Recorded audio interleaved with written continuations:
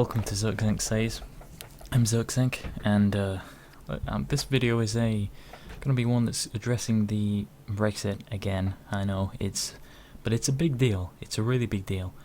I don't want to keep making videos about this because obviously, you know, I'm just.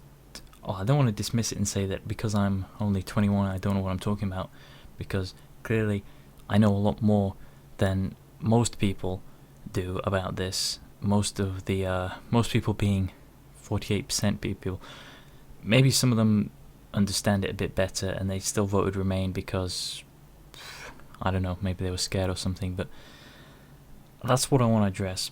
I was calling people stupid and basically mocking them and gloating about the fact that Leave won, Remain lost. You know, you need to just suck it, basically. I don't know if that's a bit rude, but what I want to say is that actually, I understand why you're scared.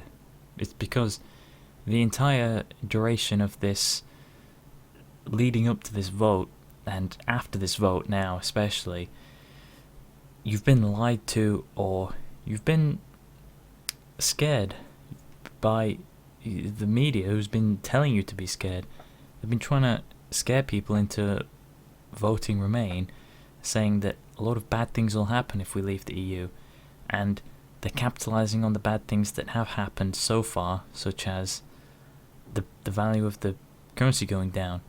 Well, I don't know if you realize this, but that's just it spiked. I explained this in my previous video. It just spikes down. It's gonna go back up again. It's not the end of the world, you know. The newspapers and stuff. Why would they lie to you, is what you might be thinking. They have a lot to gain by lying. Money is what they have to gain. Basically, they get paid to tell you things that make you think in a certain way. I know that might sound like some conspiracy theory bullshit, but that's what most media things do. You know, media on both sides tries to convince you of things. They're not as factual as you might as you might believe. They don't just present facts. They manipulate information and try and spin what they think onto the thing, so that it sounds stupid that I'm saying that they're trying to brainwash you, but that's what's happened. Basically, if you're scared right now because of us leaving the European Union, then that you're scared because you don't understand what it actually means. And I just want to say, you don't need to be scared. In fact, you should be celebrating. This is a victory for everyone. It really is a victory for everyone, except for the people who are trying to take over the world. You know, that sounds even more like conspiracy bullshit, but there are people that want to take over the world, and, you know, part of those people were the European Union. They were trying to get control over members of the European Union, the 28 member states, basically uniting them under one common government. And I shouldn't need to explain why having one government, or, you know, giving lots of control, you know, controlling all of the people with one government is a bad thing. You know, you need to spread that stuff out. To spread it out to the point where, you know, you've got individual people making real decisions that affect them, as opposed to a globalized government or, you know, a super government. It's just not good to give so much power to such a small number of people. It's not good. Like, you want me to explain it and give you examples and stuff, but just think about it. People can't deal with that kind of power. They can never understand the will of an entire human race. You know, like, say you've got a small group, even a small group of like 5 to 10 people they cannot effectively control the world. And even if they could effectively control the world, basically, nobody would want that, would they? Nobody would enjoy the idea of a small group of people making every decision about what you can and can't do, and that's just not right. It just feels wrong. It feels you can tell it's wrong just emotionally. I know that you can use logic as well to say that, well, we need leaders, but we don't need leaders that are like that. There's a difference between a leader who you follow in the way of and a leader who tells you what to do. You know, someone bossing you around is different to somebody who you look up to. There's a real big difference there. I appreciate the people who you can look up to as leaders, you know, get guidance and answers from, people who know what's best for you more than you do. There are people like that exist, but those people are not global government leaders. Those people are the people who know you and listen to you. Those are the people that can help you more.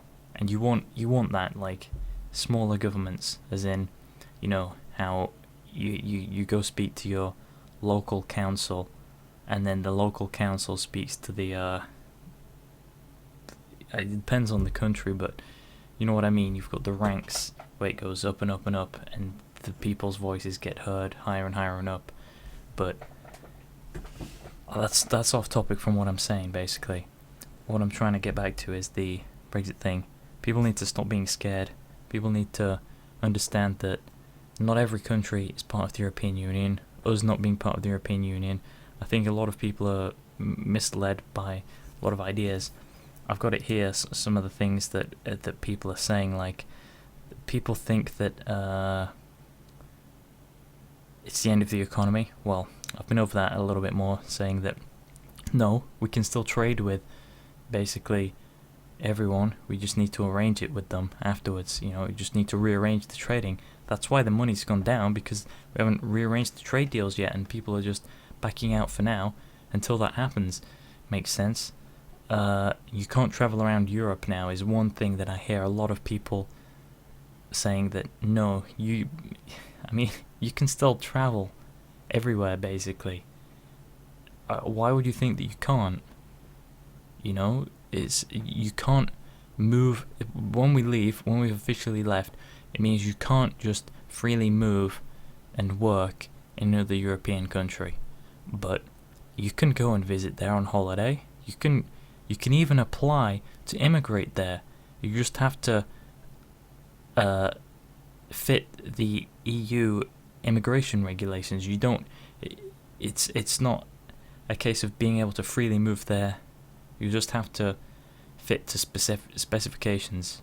You know, fit requirements, and that's it. If you really wanted to go work in one of these countries like Germany or wherever, you still can do that afterwards. I mean, you can do it now for about up to 2 years, up to a maximum of 2 years.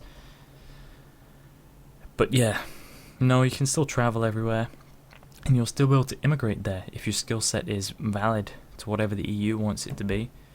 The value of currency, the European Union and the USA, and that we're I'm just reading these things from something that someone else posted, but basically he's saying that a lot of the things that you think are wrong are not. You know, you just need to settle down. This kind of decision is something that maybe should. I don't want to say it shouldn't have been made by people, because it really should. I just wish that more people really, really thoroughly understood what was going on here. That they're to the point where they're not afraid by what the media says. There are a lot of good things that can come out of this. So, fucking hell, my hair. It's really messy. We need to stop being so negative.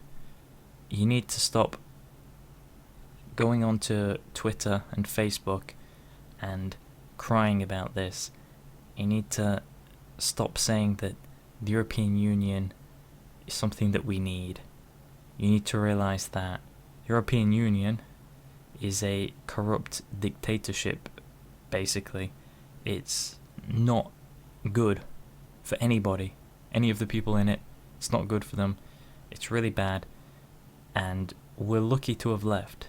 I said that in my previous video, and I'm saying that again. We're lucky to be able to leave, even though we've not actually left yet.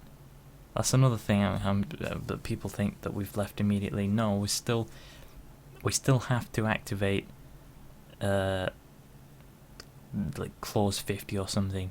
I don't know what it's called, but it's basically a long process that I don't know if it's gonna take that long, but it seems like it's designed to take a long time for them to arrange it, to set it up, and make it so that we can leave as soon as possible. Well, having said that, our Prime Minister decided to fucking bail. Like, he's given up. He's like, I see what the people want, and the people wanted something that I didn't want, and well, they're fucked now, and I'm gonna leave. That's what he said.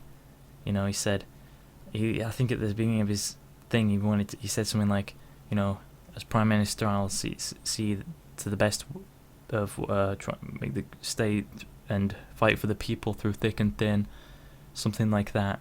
Well, the going got tough for him, and he said, well, that's too much work for me, I'm out. He doesn't want to do all of the negotiations to leave the EU, and he doesn't want to do the negotiations that we're going to have to make to get the trade going again with all the other countries, which will happen. It will happen. You know, we need to trade with them, and they need to trade with us. It's really simple. You're just gonna see some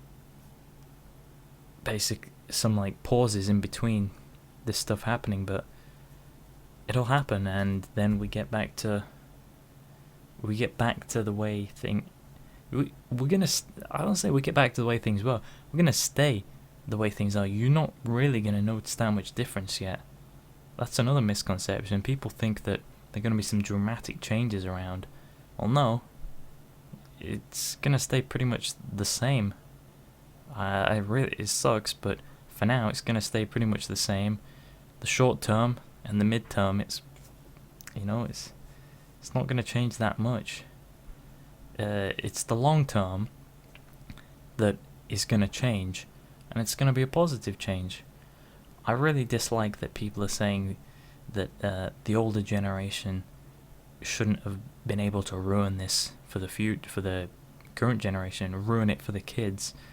Well, the first argument is that they deserve their vote because they've worked and lived in this country and paid taxes their entire life. You know, some of them fought in the war.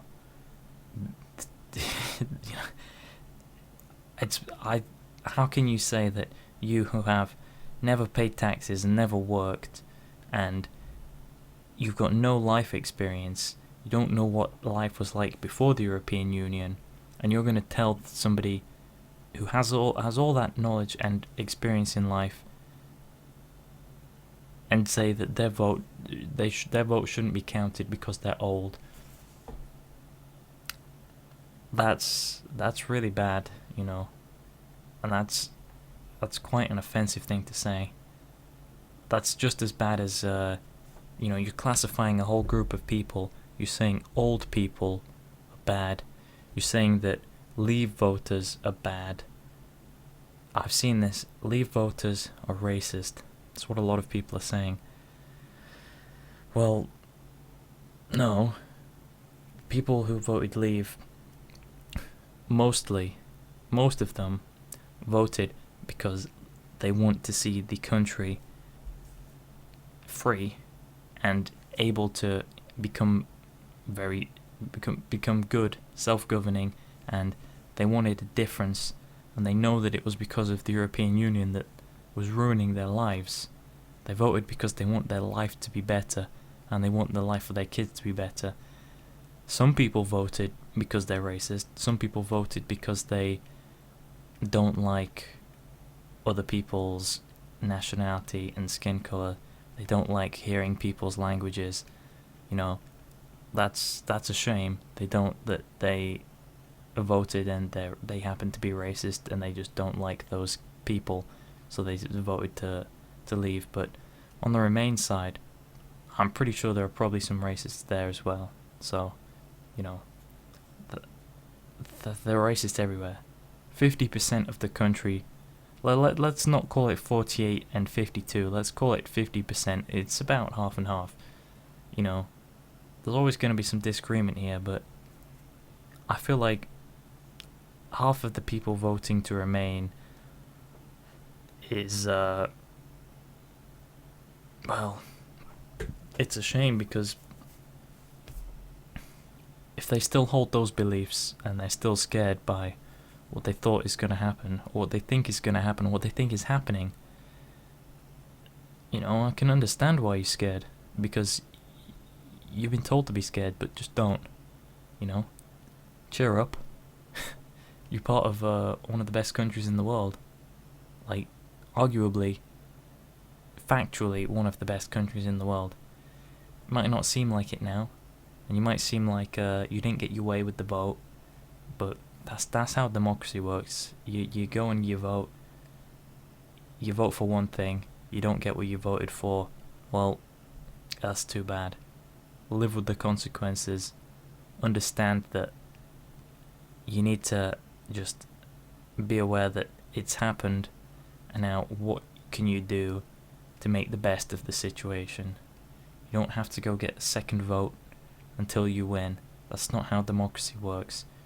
You voted, and your vote counted. Your vote was counted. Your vote matters. But not enough people voted what you want. You can't have what you want. And like I always say, bring it down to the Blizzard thing, because I love quoting the Blizzard thing. You think that's what you wanted, but you don't. It's not what you wanted.